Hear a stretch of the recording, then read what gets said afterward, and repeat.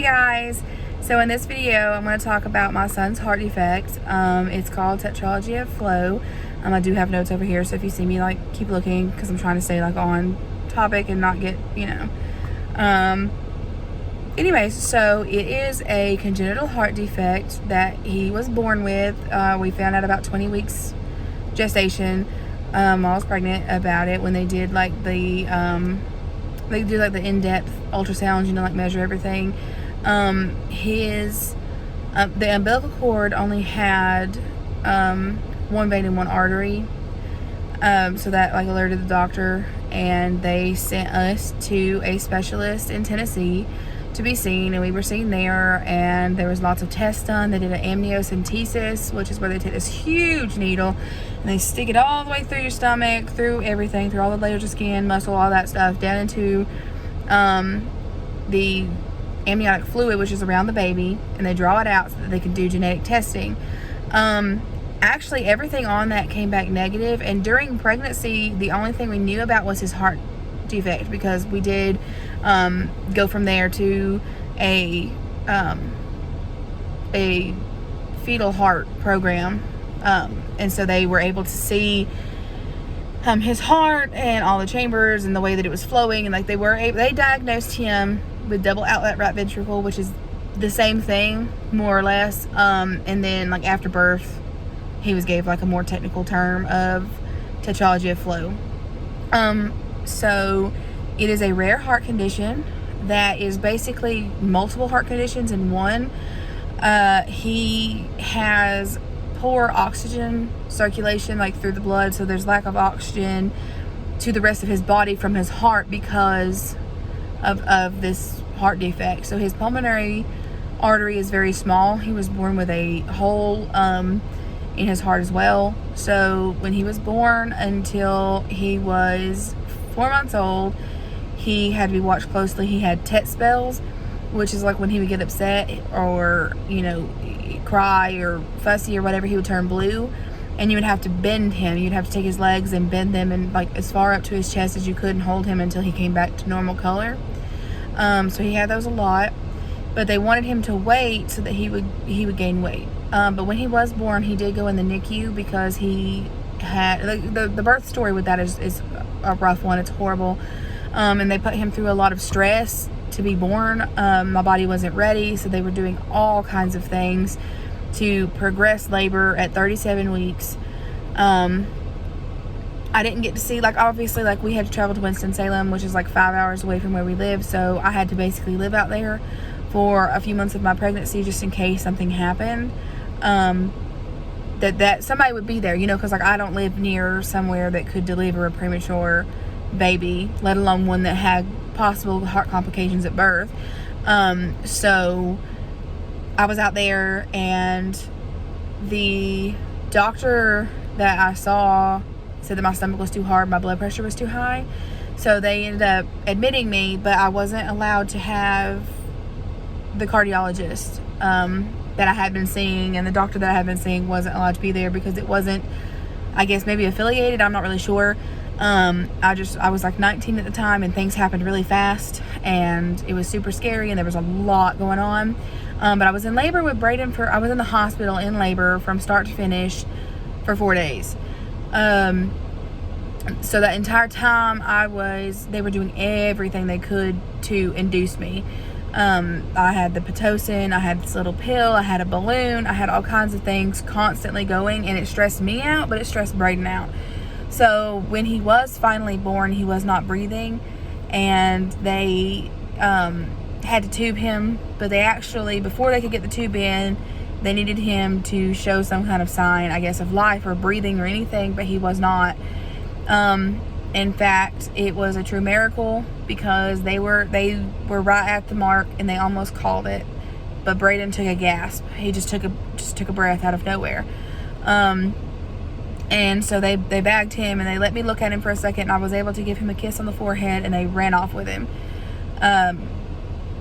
My husband was there, and he didn't get to see him, but while they were working on him, but nobody was talking to me when he was born, and that is the biggest thing that I feel at the time, in general, any mother having a baby, you're supposed to hear that cry. I'm moving my hand too much. Sorry. But you know that you're supposed to hear that cry when your baby's born. Like, you wait for it, and it just didn't come. It just didn't come. And so I was like, okay, something's wrong. Nobody's talking to me. And there's all these nurses and doctors running in and all these people. And they, obviously, I'm still laying there. So, like, I can't get up to go over there and see what's going on. And I'm asking, and nobody's speaking to me. My husband is trying to get over there, but he can't get through the nurses. And there's just a lot going on. And I understand they were doing their job and they were working on him, you know, but I just wish that one of them had told me what was going on, because the sheer panic that was going through my mind. But anyway, so he was in the NICU for 2 weeks because he ended up he was having seizures at birth, and he wasn't breathing, and so most of the stay in the NICU was that he wouldn't breathe on his own. He needed help. He needed oxygen. He was tubed for a long time.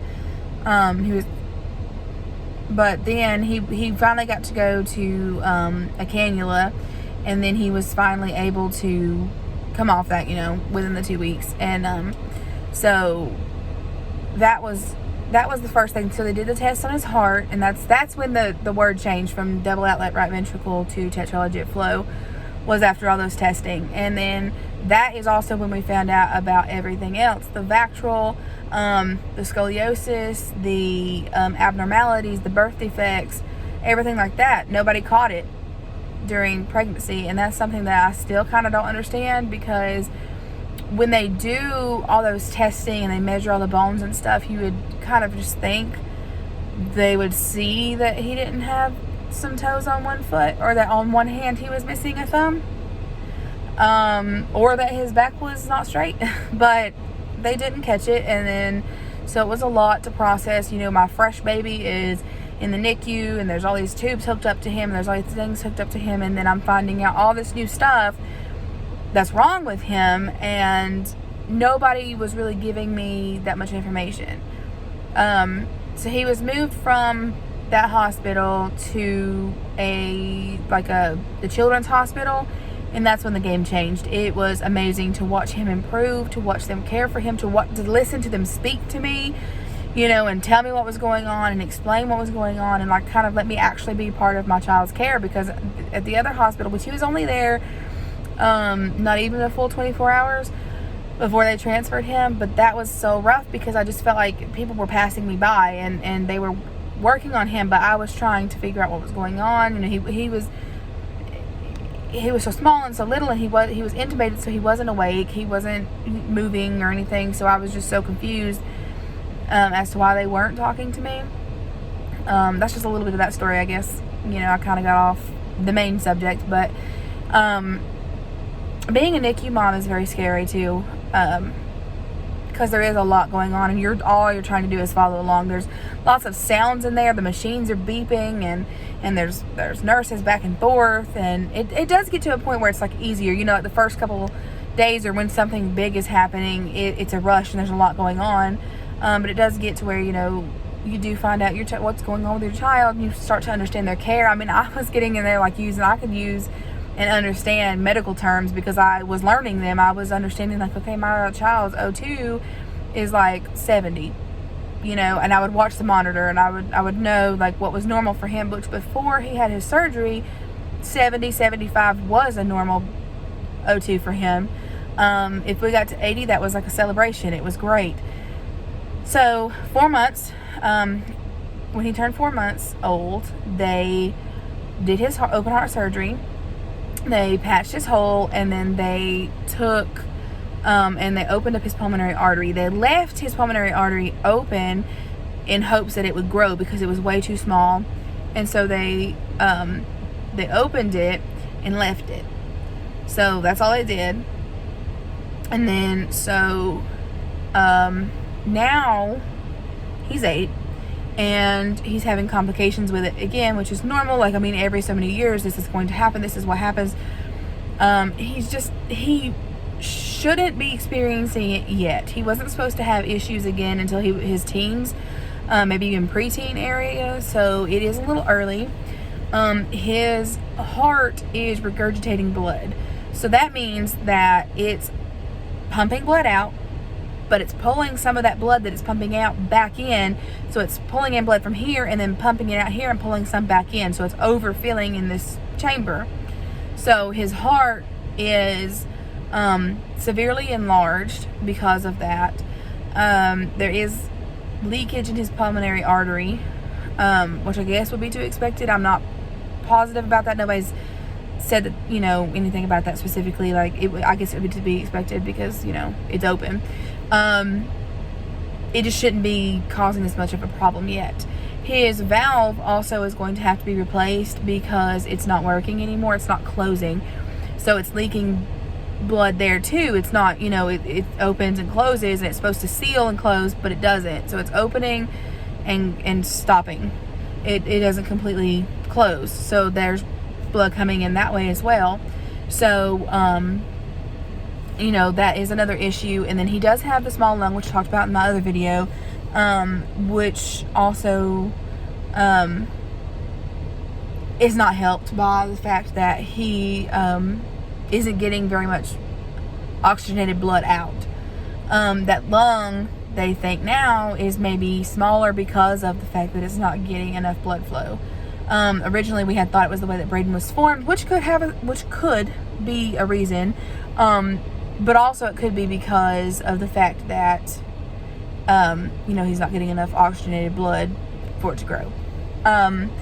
So another thing about Braden, like, this is a cool fact that he loves, is the snowboarder Shaun White has the same exact heart defect.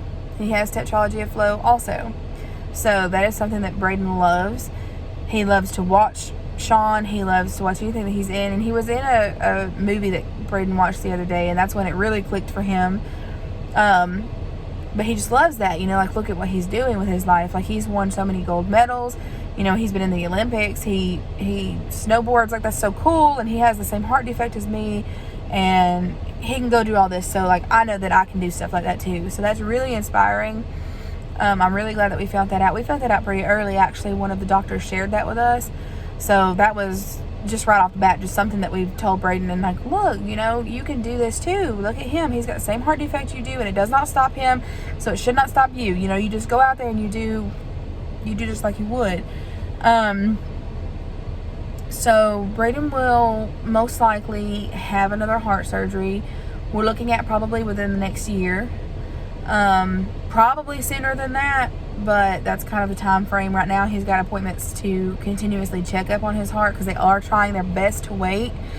But between the last 2 appointments, his heart had enlarged more, and he's having some issues with, like, some way his heart feels. He did have he was going to have a stent placed, but they ended up doing, like, a catheterization instead, because when they went to place the stent, there's too much leaking blood, so they weren't able to do that. And that was hopefully going to buy us time before something had to be done, but they were not able to do that. So now we're just kind of waiting to see what the next game plan is. So we're appointment to appointment, and it was yearly, then it was 6 months, and now it's pretty much like every other month, every 2 months that we're going to see them and stuff, which we're seeing right now. We are seeing a specialist of some sort every month.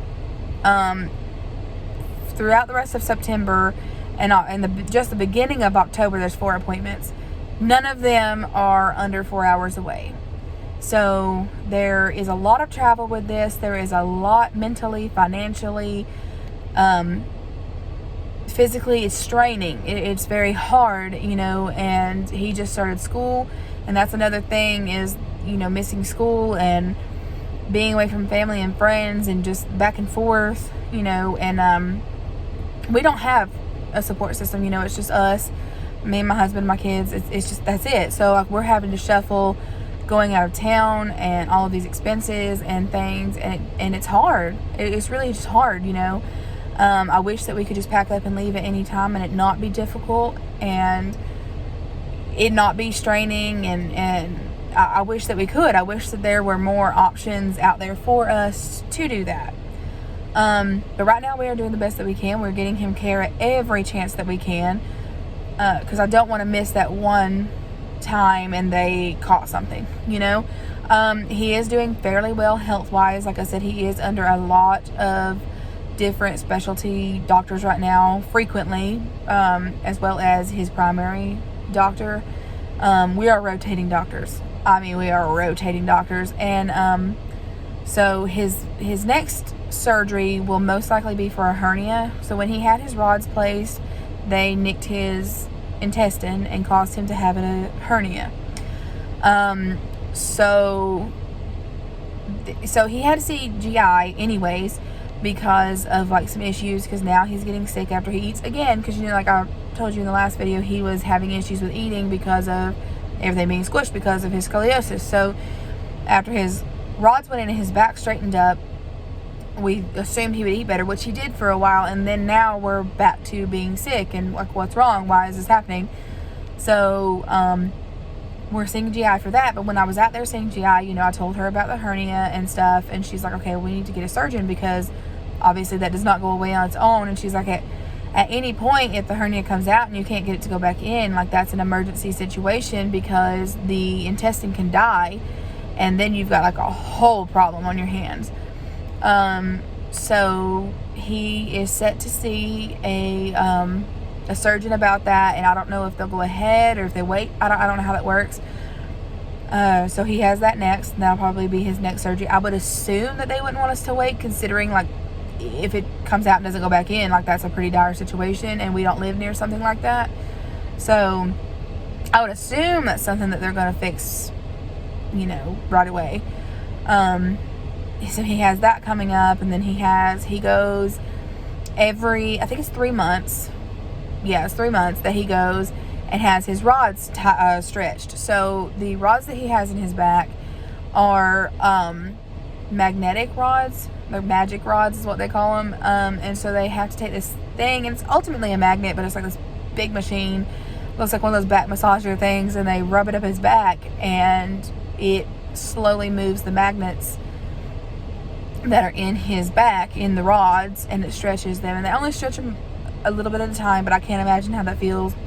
Just the thought of it freaks me out. Like, I can't. That has to be a crazy feeling. And he's not a fan, and I don't blame him one bit. I absolutely do not, because like I said, I cannot imagine how that must feel. He'll tell you that it's not painful. It doesn't hurt, but it's such a strange sensation. And they have to lay him on his stomach, and just the way that he's built, he only has 4 ribs in the front, and I think just all that pressure, and then laying that machine on his back, I think that's probably the worst part for him. And then just not really knowing what's going on, because again, he's 8, and I mean, every time something's coming up, he knows. He is fully aware we're going to the doctor, fully aware we're going to the surgeon, fully aware of whatever we're doing. It's just, there's a certain point where he understands too. Like, I understand this is going to happen, but then again, I'm fully grown, and if it was happening to me, I would be scared too, and I don't really understand some of the things that he's going through, and I'll try my best to educate myself as well as him, to try my best to make him as prepared as I can for things like that. But, we're both learning at the same time. We're all learning at the same time, pretty much, for most of this. So yeah, there's that. That was a little bit more than Tetrology of Flow. Got a little into that there, but that's the gist of what his heart condition is.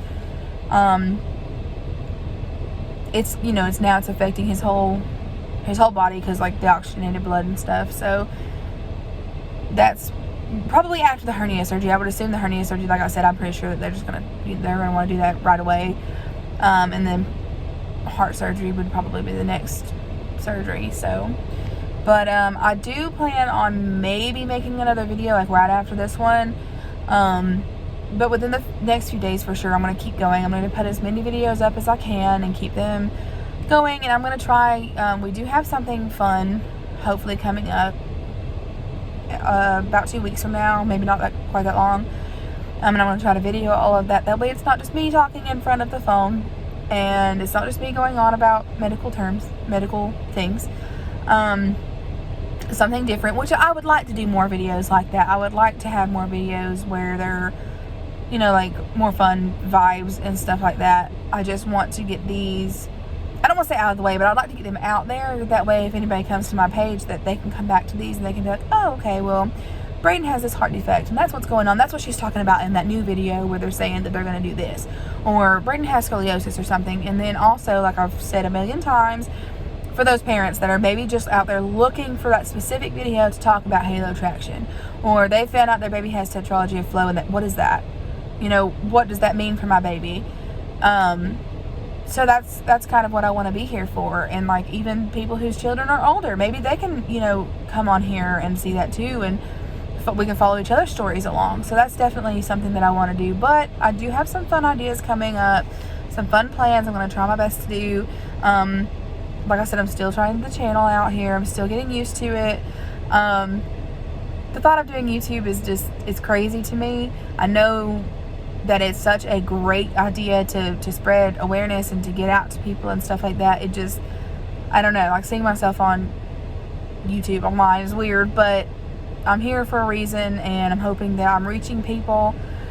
And so, yeah, so if you see this, please like it, please subscribe, please share, you know, bring awareness to the channel for me, and I'll see you in the next video.